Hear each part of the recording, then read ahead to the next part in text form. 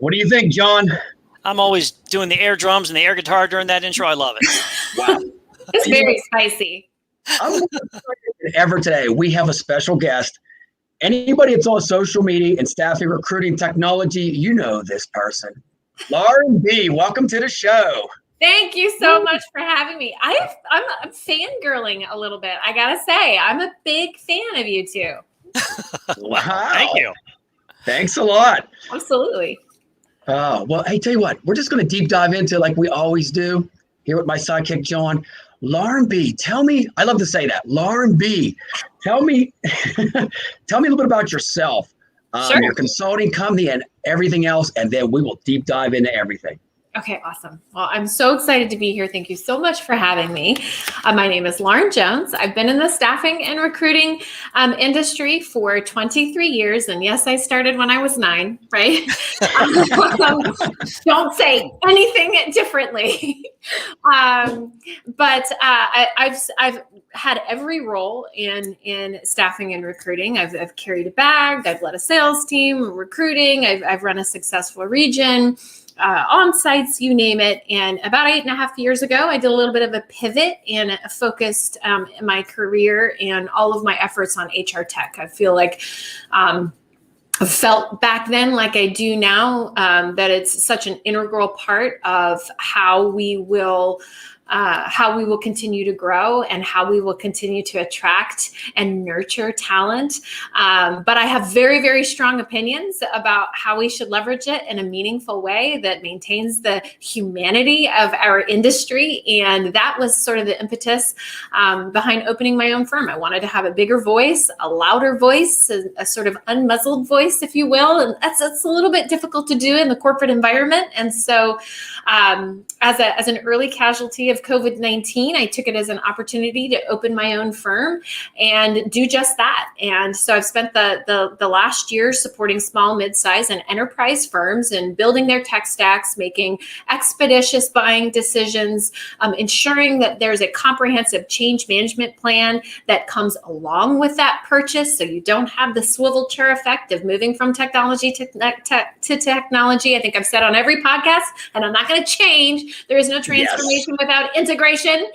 And then finally, the evangelization. You made this $1 million investment or whatever dollar investment. It was an investment. You should get everybody singing from the same hymnal as to how that makes you better, faster, stronger. And recruiters love when you change technology, don't they? Oh my gosh, they love it so much. and the implementations always go smoothly, never a hiccup. Never a hiccup. Well, I will say, if you do it right, you can be hiccup free. Fair enough. So let me ask you a question, because you do have a great background and you do have a full circle view of recruiting and staffing. So what drove you to say, you know what, I want to come out of more of a production role and more into an advisory role? What led you to do that? Was there a certain event that happened that you said, you know what, I'm really into this? Yeah, well, I was running Northern California. So yeah, there was an event that caused the pivot. I was running Northern California at a very, very successful region. And I had figured out back like in 2011, I had chat on my little site. I had already consolidated all of my operations. I had taken MSP and VMS out, separated it out, became more profitable. I had executed on, really good recruiting plans, leading the sales process with the talent as opposed to the other way around. I was tapped on the shoulder, on the technology side. Rana Driggs, who's now the CEO of Empresaria and is still a dear friend and mentor, tapped me on the shoulder and said, we need to do more enterprise-wide to wrap our arms around technology. And we created then what is now sort of these digital CEO digital transformation roles, these, VP of talent technology. We created then what is now this digital transformation. And it really is the culmination of working in harmony with operations, marketing, and technology, right? So operations inclusive of field and sales, and ensuring that there's, really good representation from all of those places so that you can make really good, deliberate decisions. And be able to make the decision, implement the decision, have it be adopted, then go and evangelize it, right? That's really what the whole purpose of this is. And so that when I was tapped on the shoulder was really, I guess I'd already been a closet nerd because I'd figured all of this out in Northern California, and how things should be structured. And then I, was just tapped on the shoulder to do it in a bigger, more meaningful way. That's pretty awesome. Yeah. And when you're okay, so looking at your LinkedIn page, you're familiar with a number of different technologies in your line of work. You have to be. Yeah. So when you go in, I know it's not a one size fits all. Mm-hmm. How do you determine, if I'm starting my own staffing firm, or maybe I'm in existence and I'm just not happy with my ATS or my CRM? How do you decide, well, hey, here's a good solution for you? Well, so you have to take into consideration a few things, like where are you?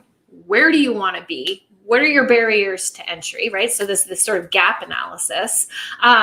What resources do you have to work with, short and long term?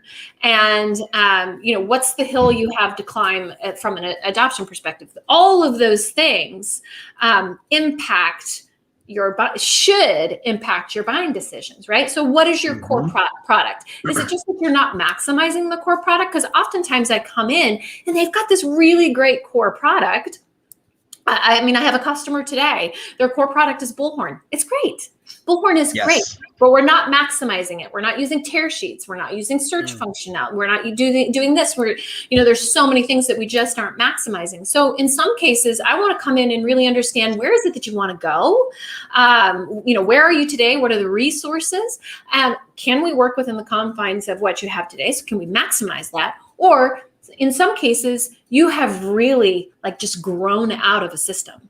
And that happens too. And now we need to pivot a little bit, and we need to understand, okay, do we have requirements, right? Requirements are an essential part of buying a technology. So understanding what you want, how you want it to function, the who, what, when, where, why, how.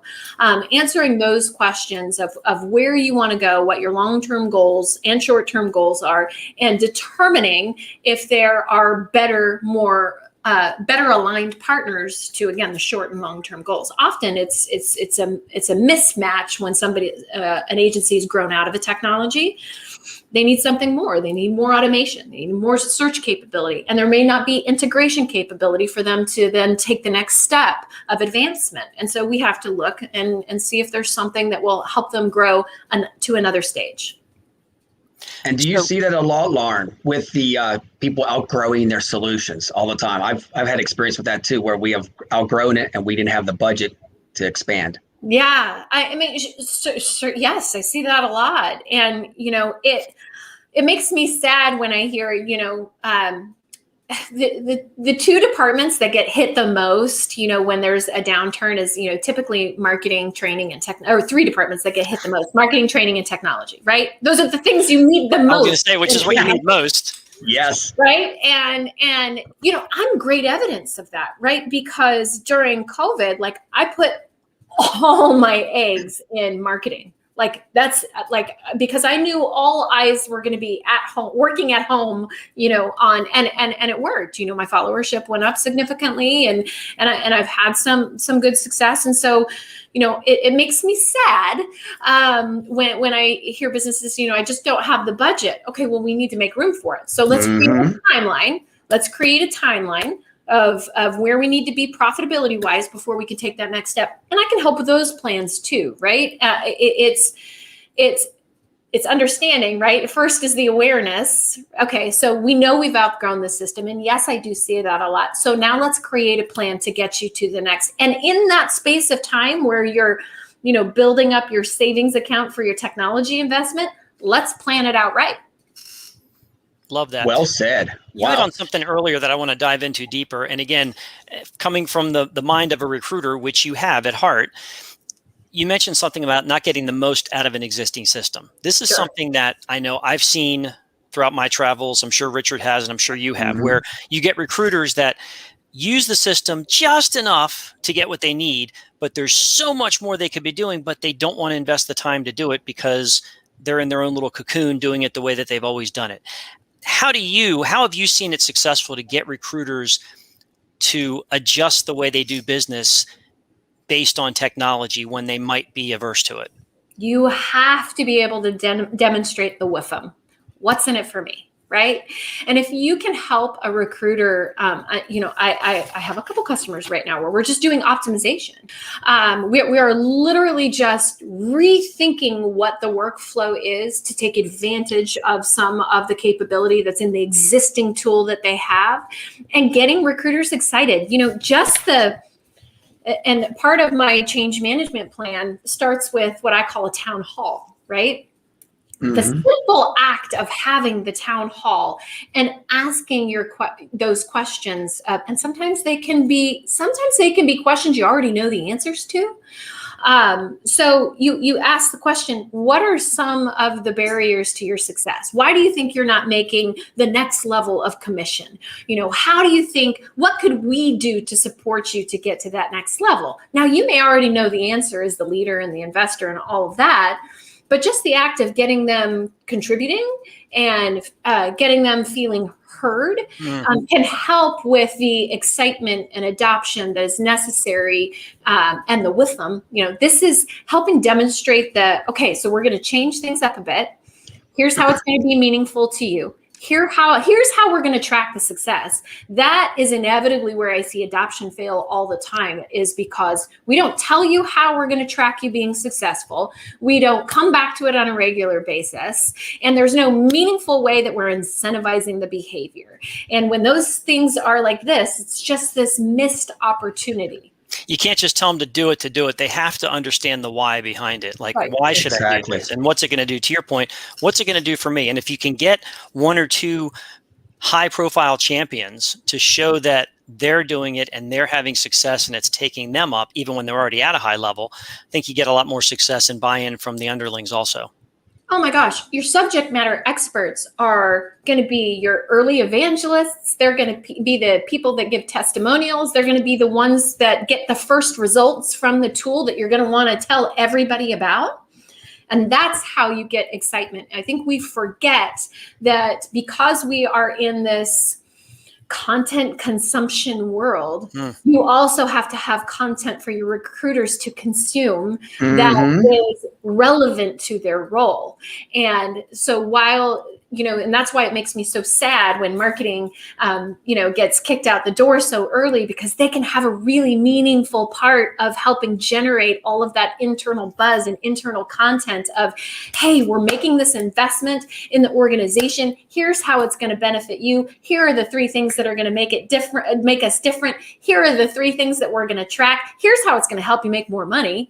And that can be a profound way to get people excited. Well, I'm excited right now, John, right? She walks in a room and pitches this to me. I'm buying. Man, I got to ask you, Lauren. You've got some passion, Lauren. That's for sure. I love seeing that. You do have passion, and I love it, man. My heart's just pounding. I'm just sucking it all in. I should have brought my popcorn, Lauren, just to watch everything.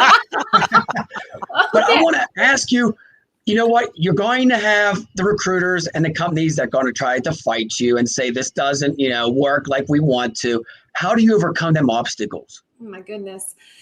I had a naysayer come to me early last year, and they're like, I did 70,000 placements with, paper applications, right? And I'm like, you could do 140,000. We're not. You're thinking of where you are at, not where you want trees. Yes. And so my response to that is, okay, that's today. What do you want to do tomorrow? What's your 5-year, what's your big hairy ass goal, right? Wow, I love that. I'm going to start using that hairy ass. The BHAG, what's your BHAG? And getting them excited about that, because if we're just thinking about what we did last year and then it was it's just a little bit better than the year before, we are certainly not realizing our potential as an organization. What got you here won't get you there, the old saying goes. What have you done for me lately? See, then you're going to make me date myself, and I'll say, hey, yeah, good Janet Jackson reference. So now you know how long I've been in the industry. Oh boy. As long as I have. Oh, I've only been in it for a decade, but you know what? Age-wise, I'm right with you all. You know that, right? Musically, I still revert to the 80s. What a great decade for music. I'm sorry. Yeah, I know. Music and movies. Gotta love the movies too. I mean, my goodness, we had all the good ones. Pretty in Pink, all the good ones. That's right. What's great, real quick, is what's that? Richard? Breakfast Club, John Cusack. Anything from John Cusack was golden. Yes, say anything. I mean, who didn't want their boyfriend putting a boombox over their head outside their window? Come on. Classic. Hey, all I have to say is the fashion's back and the boom boxes are coming back for all the young generation. So I love it. Everything's cyclical. The mom jeans are killing me though. I just can't. My daughter came home and then she's like, look, I got some new jeans. And I'm like, what? Just go in my closet. Like like I still have some from Nam. I mean, just grab some. That's hysterical. Hey, question for you. So when you talk about technology, I want to shift gears a bit. Yeah. So outside of an ATS or a CRM, what are some other tools that you have seen make a difference in the way a company operates that they might not think of as being available or even on top of mind as far as, because recruiting firms, they say, all right, we need an ATS, we need a CRM. Sometimes they're the same, sometimes they're different. Are there any other tools that you advise your clients to say, hey, you should invest in this because it will do this for your operation? Well, let's think about our opportunities in staffing that we just don't fully realize, right? Redeployment, referrals, references, right? The 3 R's, right? The 3 R's. Now, how do you find a more meaningful way to do the 3 R's? Well, that would be through automation and communication. So, the senses and hear fishes of the world cannot be undervalued in being able to take our Achilles heels, really, with references and referrals, and look at. Everybody says my talent, is my differentiator. All right, then go grab great recruiters and tell the rest of the world, all about your amazing.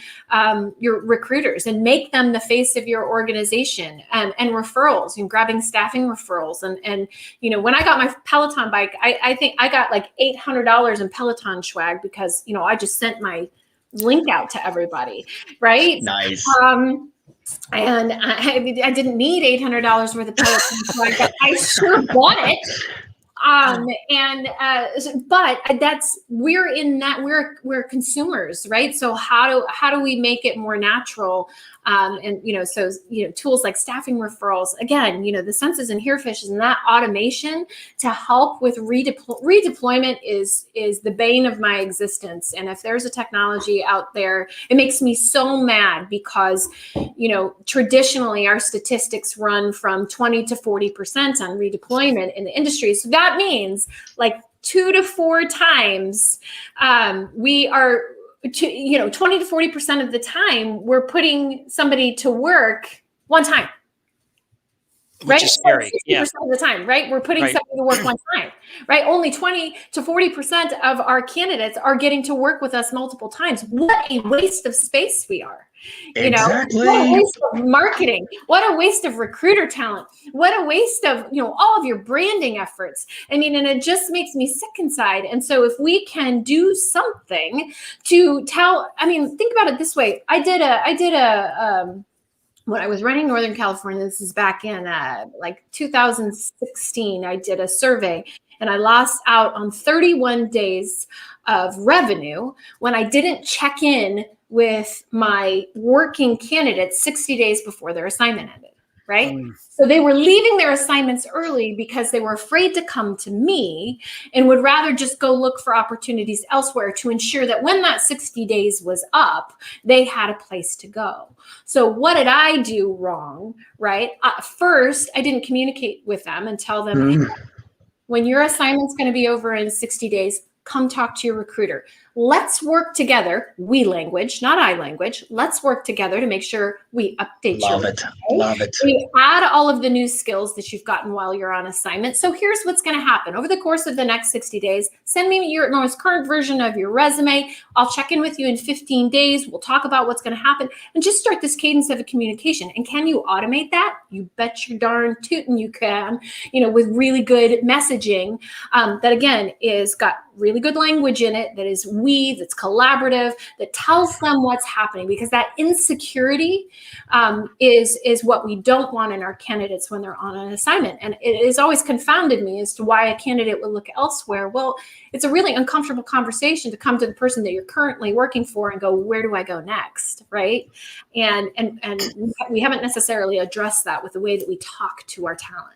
I think that's important. You bring up something that I believe in wholeheartedly, and that's from the onset of your relationship with a candidate, the recruiter has to openly communicate, set expectations, and kind of outline how things are going to be laid out so that there's no surprises. To your point, they're starting an assignment. Okay, hey, we use this service. It's called Sense. You're going to get some text messaging at some point during, just so I can make sure that we're in touch with each other and that we're working together to make sure that we go on the next journey together. And it's important, not just for this assignment, but we want to, we're committed to helping you throughout your career. So I don't want you to feel like you can't come to me. You also got to give the candidate permission to say no. Like, it's okay if you don't like an assignment. You can tell me that. We can find you another assignment. And a lot of times recruiters are afraid to say that because, God forbid, you give someone the opportunity to say no. But that open communication is lacking tremendously because everybody's afraid of what the next step would be, and they're afraid to address it. Whereas if you open the doors to communication, a lot of times you increase that. And your most successful recruiters, that's something they do extremely well, is they're transparent, they're authentic, and they're constantly communicating with their candidates. You're right. And you know what, real quick, Lauren, summed it up. It's all about teamwork. John knows what I say all the time.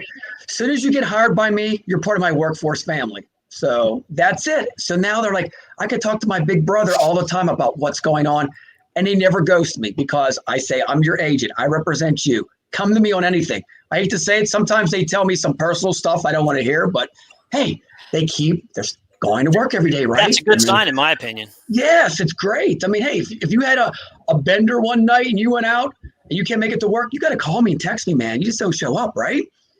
It's true. We got a comment from Jamie, Lauren. He loves your 3 R's. So kudos to that. Good. Well, I always say, if you got one thing out of this talk, it's right? Hopefully they get more than one. But that's an awesome one. I love how you talk about the great technology, but here's something that I came across a lot is recruiters don't like to put themselves out there, a profile picture or something like that. Tell me what you think about that. I mean, they're trying to hide behind the social media. I think they should be out there all the time. Yeah, I've seen that before. And I think the recruiters that do really well aren't afraid to be who they aren't afraid. I always told my recruiters, I want you to be the Pied Piper. What are you going to be the Pied Piper of? When I ran Northern California, we talked about pipelines all the time, right? I called it 35 to stay alive, right? The 35 should be in your pipeline that you're talking to every day, all the time, that are nurtured, that are ready to go, that know who you are. How are you going to do that if you have a mask over your face? How are you going to be the Pied Piper if you aren't owning the fact that I do CNC operators? I am the person that can find all of them. I know where they go. I know where they drink beer. I know, how are you going to do that if you don't put a persona to it? And, we're such a social world right now. I mean, use that to your advantage. I just feel like it's a little, it's fear that shouldn't be fear. a good point. I would wholeheartedly agree with that. And again, Yes. you mentioned the word, they're authentic, they're themselves. And I've always been a believer that, candidates and clients are going to work with a recruiter because of who they are. They just happen to work for a company. And maybe, there are a few companies out there, I will not name them, that they're more concerned with the corporate brand than the individual recruiter. Thankfully, I've never been a part of companies like John. that. Say it. I'm joking. Excuse me. That you want to make sure that your recruiters understand it. It's all about personal branding, because if you are committed to being yourself, your people will work with you because of who you are, regardless of where you go or with who you're working for.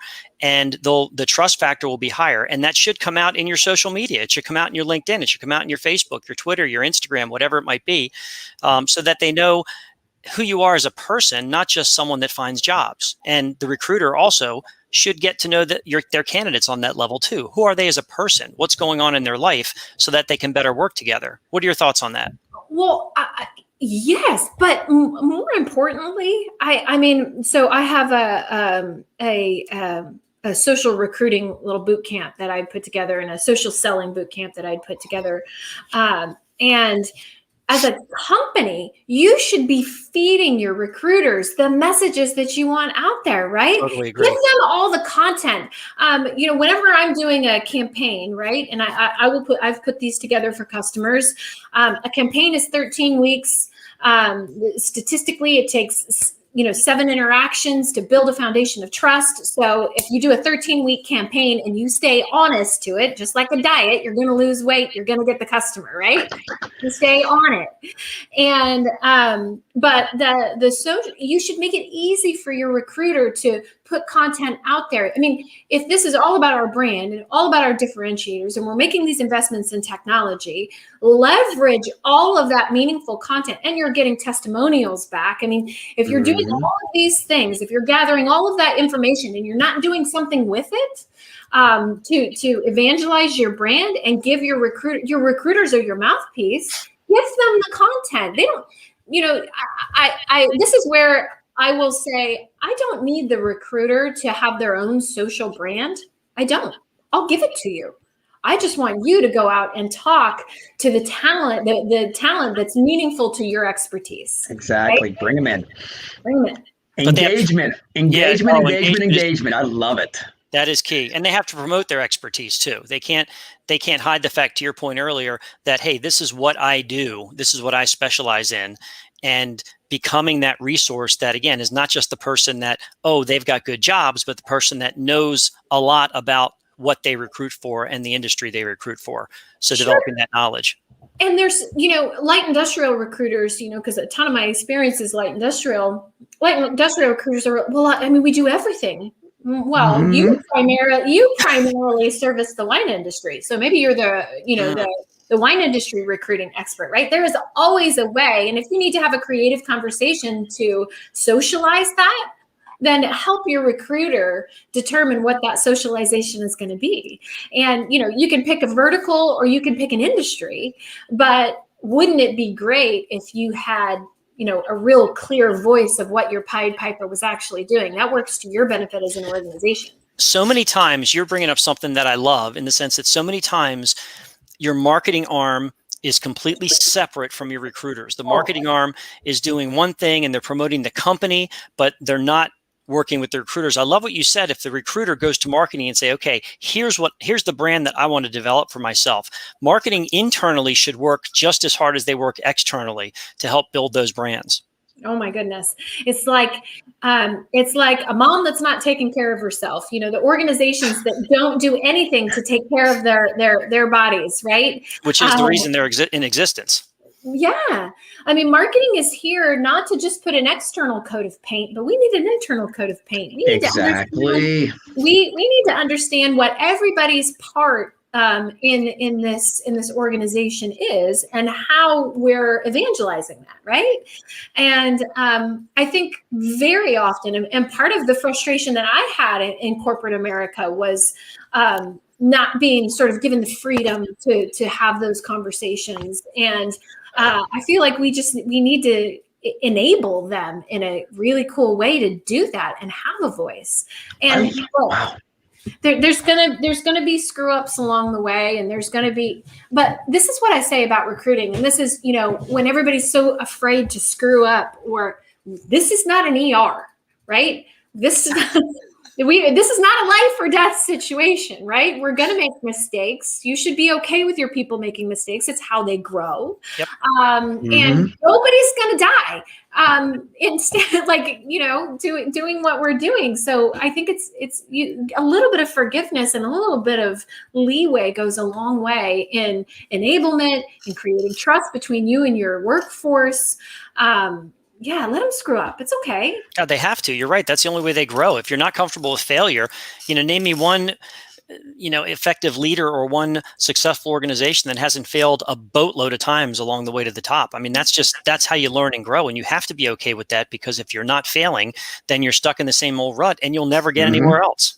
If you're not failing, you're definitely not innovating. And No. I feel like if you're not, my dad always said fail fast, right? So, it's important to understand when something hasn't worked. And this is I get this question all the time about, well, the big organizations have R&D departments and they, can do all of this stuff. And I just cry.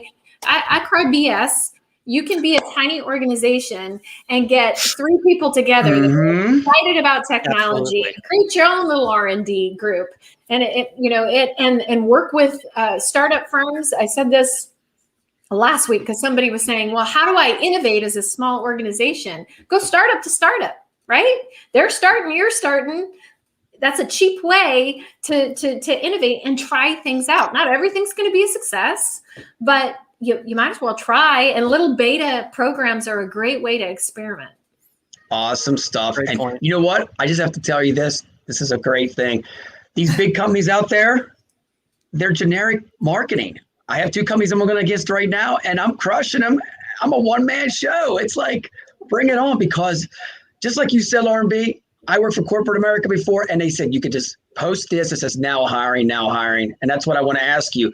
I see so many posts on Instagram, everything, 1 million jobs, now hiring. I don't say now hiring ever. I say like get hired, or I want to resonate that person so they look at it and say, wow, they're talking to me. What's your take on all this? Oh my goodness. I mean, look, people want to be wanted, right? One of the biggest things that you can say is, one of the best things that you can say is, we want you, right? Personalize that. Your skill set is in high demand right now. Who wouldn't want to hear that? And so it's again about the WIFM, the what's in it for me, what's in it for the candidate, Yes. and working for you. We want you. Your skill set is in high demand. We would love the opportunity to sit down with you, learn more about how you're making a difference in your industry. I mean, who wouldn't want to sit down and talk about themselves? And this is the thing, this is the misnomer with interviews, and why I get really pissed off when there's, this big written out interview thing, right? Have a conversation. I used to tell my recruiters, don't talk with an order in mind. If you have an agenda, they're going to see right through it. Stop It's a talking beer with chat, the order. coffee chat. Yes. I am so glad to hear you say that. It's all about networking with talent, not just recruiting for jobs. Not a script that says, what are you going to do the next 4 years and what do you want? Come on, really? The same things with customers. I think I was successful in the sales field because we get to finally having dinner and they're like, aren't you going to ask me about my temps? And I was like, well, I just really want to know who you are. And I certainly can help you. I mean, you have my business card, so I can help you. And I think I can make a difference, but I'd rather know about you. And, building those relationships. And it's important for me to know you. You're in my community. You hire, an X percentage. And this is where I get the opportunity to show them all the things that I know and all the research that I've done. And demonstrate, my ability to support them. But this is a relationship, and this is part of the reason that I wanted to go out on my own, is because, this is a human industry. Looking for a job sucks. You are seeking out strangers for acceptance, and it's a really, really hard, overwhelming position to be in. It's in the top 3 most stressful things that will happen in your life is joblessness, divorce, and death. Joblessness and looking for a job is a very humbling thing to do, and we have to have those conversations led with empathy. Yep. and understand that it's nerve-wracking. I get so angry when agencies want to change resumes. It's curriculum vitae. It's my course, not your course life. Exactly. Thank you. So, but technology can be used in such a beautiful way to enable all of these things that we've talked about, the 3 R's, and resumes, and all automation and technology can be used in such meaningful ways to enable the entire process, that I just felt strongly that, I needed to have a voice in that. I think it also depends. I'm gonna push back on you on one thing that you said, because I think it depends on what you recruit for, what line of business. So I grew up and worked a full desk in professional recruiting, whether it was accounting or IT, engineering, HR, et cetera. And I wouldn't say that it's okay to change a resume, but you can enhance it, because a lot of candidates don't know how to write resumes and they don't know how to represent themselves, effectively. So I always train that it's a recruiter's job to bring out the accomplishments that a candidate has done for their employers, which they may not be able to state properly on a resume. Now, when you make those changes, I also say you show it to your candidate, you get their approval, and you make sure that they're okay with you using that version. And for that matter, they can use that version because it's theirs. You don't own it. Exactly. So this is where I'm going to argue with you. Okay, good. Ding, ding, ding, ding. Here we go. Okay. So our job as recruiters is to help demonstrate to the customer why we've made the match that we've made. So I would argue that we don't modify the resume. We put together an amazing submittal that articulates exactly why this candidate is sitting in front of them. So I had this customer, this big customer, rhymes with WOB in rhymes with WOB in San Francisco. And the HR director came to me and said, why can't your resumes be more like Robert Half's? And, my very direct answer, because we had a great relationship, was I can either spend time recruiting the best candidates and help you understand why I've put them in front of you, or I can spend time changing resumes. Which one do you want me to do? And we never had that conversation again. Nice. Robert Half was never in there again. And so I think my argument there is, let the person be the flawed person that they are. Our job is to help the leader understand why we've made this match. And so what you don't see on their resume is X. In our interview, what I discovered was X, Y, Z, and Q, right? And then after doing their references, I was also able to solidify that we have this, this, and this. So in professional services, those references are such a meaningful part of the submittal. But I feel like our job is to help the customer understand, why we made this match, and let that imperfect human be the imperfect human that they are. No argument there. And that's one thing I love about recruiting, is there's no one way to do the business. There's many different ways to be successful. So I respect the way you did business. Clearly you were successful at it. So that's awesome. And you know what, Lauren, you are totally right on that. Half the time in light industrial, I don't even send resumes. I put bullet points together, each candidate with 4 bullet points, why you should hire this person. And they go, yay or nay, because they built the trust in me. It's like, I don't have time to send all these resumes and redo them. This is why you should hire this candidate. And then I tell that candidate, I'm like, if you don't show up for work, I look like an ass and you do too. And they're like, oh, dude, I got to show up. So it's that communication thing again. Well, and then here's the first question I would ask, resumes aside, is why are you paying me this exorbitant markup to check my work with a resume? I'm putting the top 3 customers in front of you, or I'm putting the top 3 candidates in front of you, right? I mean, like I don't know how we got in this terrible habit of, I get the order, I find all these resumes, I send the resumes, the customer checks my work, and then they interview the candidate, right? Instead of, you hired me as an HR firm to find you a controller, or, you hired me as an expert in HR to get you an HR director, and I'm putting 3 HR directors. They should be direct interview, I couldn't agree more. And as you build the trust, what I always used to do is say, okay, great. Come to my office next Tuesday morning from 9 to 12 and interview 3 of my best candidates. Yes. And you won't see resumes until you get there. You walk in the door, because they always want that. I'm like, fine, I'll give it to you. When you walk in the door, you'll have them. But they'll be there. Just come and so you build that trust. And it all depends on how you're going to work. And you have to kind of tune in. If it's a first time client, you've got to tune into, what's their past? Are they scarred? What are their reservations, and how do they want to be dealt with, et cetera? So question though, what do you do with the candidate that comes to you that has no resume? Oh my goodness. Well, first we try and understand why they don't have a resume.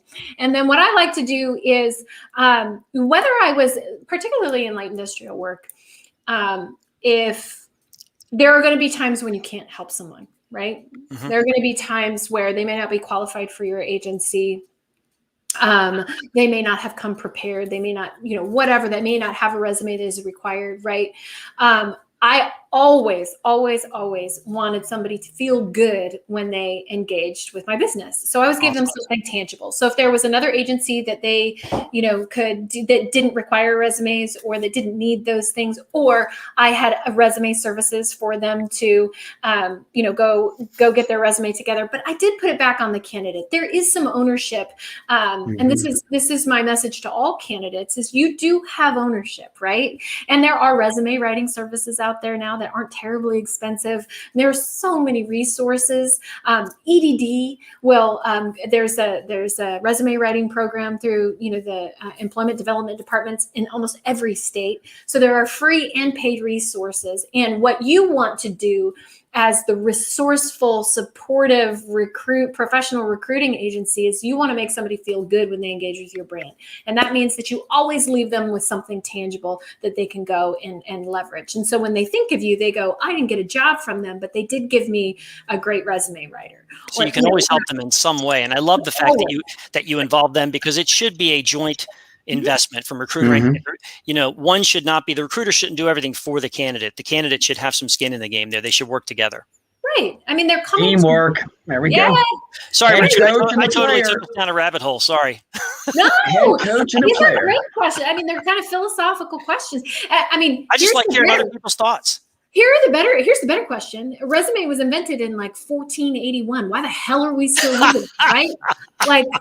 Hey, video resumes, Lauren. I got to throw this out there. What do you think of video resumes? I'm a big supporter of it. I think it's the wave of the future. What do you think? I just think that COVID, if there are good things that came from COVID, I think that we're going to see a reduction in business travel. This is just unnecessary because we can do business like this. I think that's going to help with a lot of travel exhaustion that was going on, right? Through COVID, we now know that we can have meaningful conversations through video interviewing, through video resumes.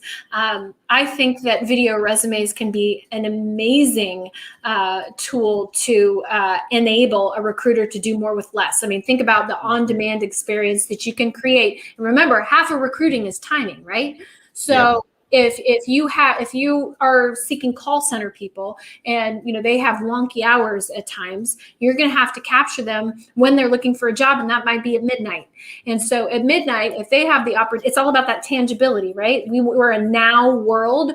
So video resumes, video interviews, on-demand interviews allow you the opportunity as a job seeker to state who you are, what you want, and some of your differentiators now. And wait for the response. The recruiter can come back to you, review the video. And so I just think that all it's doing is enabling candidates to do it when they want to and on their terms. There it is. The video killed the radio star. Yeah. I had to say that. It was in my head the whole time. But you're right. Enabling candidates to engage on their time and on their terms, you should get more engagement from them because you're not restricting them to a certain window of time that may or may not be good for them. So I agree with you. I think COVID has, with every negative comes a bunch of positives, and we're seeing that with COVID. There's been a number of positives that have come out with it, many of which you just mentioned, which I totally agree with. I mean, I work for a company that was never a virtual company. And since last March, we've been largely a virtual company. Only now, within the past month, have we started to return back to the office. And even then, it's probably going to be more of a hybrid situation. And we've taken certain departments and decided, you know what? You don't ever have to come back. You can do your job remotely. So it sometimes takes something like this to make you realize that, you know what? We're pretty good at what we do, and we don't have to be in a certain location to do it. And I think we're going to see, a real change with the traditional brick and mortars. I still, yes. I sit in the heart of I'm in Northern California. I'm the ag center of America here, right? You're on the farm. Yeah, we got wine, wheat, on the tomatoes, farm.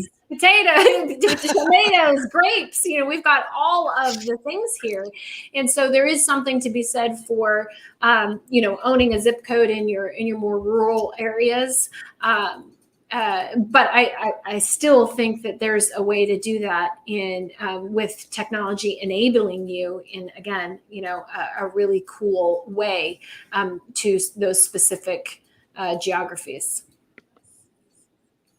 Great stuff. Well said. Wow.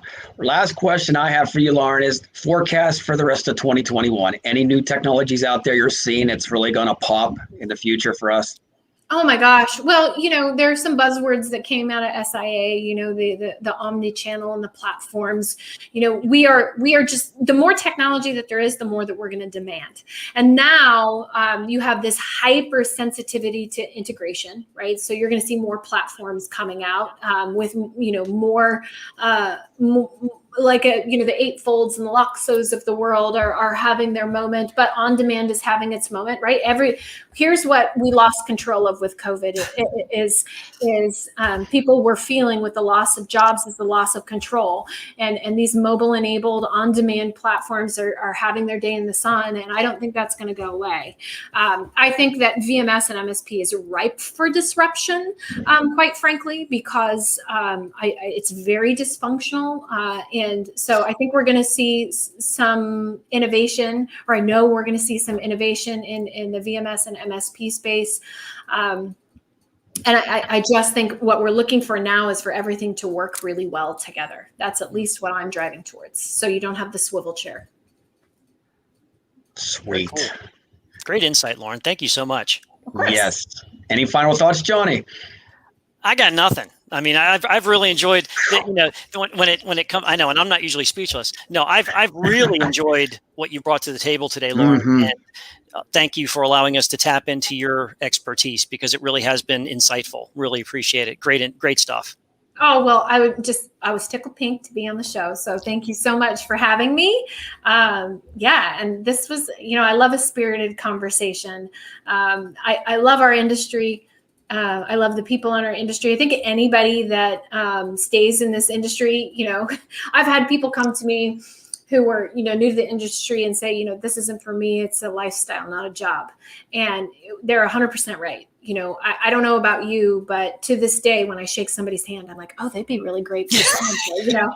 That never goes away. Thank you. It's my that way. never goes away. Or you're like, you drive down a street and you're like, big warehouse, lots of cars. What's that? And it's new.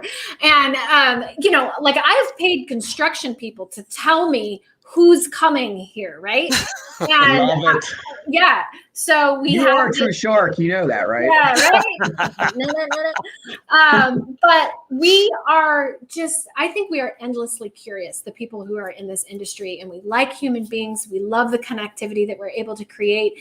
And, I know we're a for-profit industry, but there's something really meaningful about helping somebody provide for their family, help somebody, do something really great in their career, because it's such a huge part of your life and your personality. And so, I'm tickled to be here with fellow industry lovers. And so thank you just so much for having me. Our pleasure. Richard, what's your final thought? You always close out with a zinger. I can't say. I'm speechless. I would say that's a wrap. I mean, we're going to have Lauren B back. I'm sure we're going to see her in Denver at Staffing World. Staffing World better be live. Just let everybody know. I want to be there to give handshakes, fist pumps, and hugs, and a Land Shark beer with everybody. But no, I learned what you talked about today is so true. If anybody's out there, reach out to Lauren. I mean, she's got so much expertise.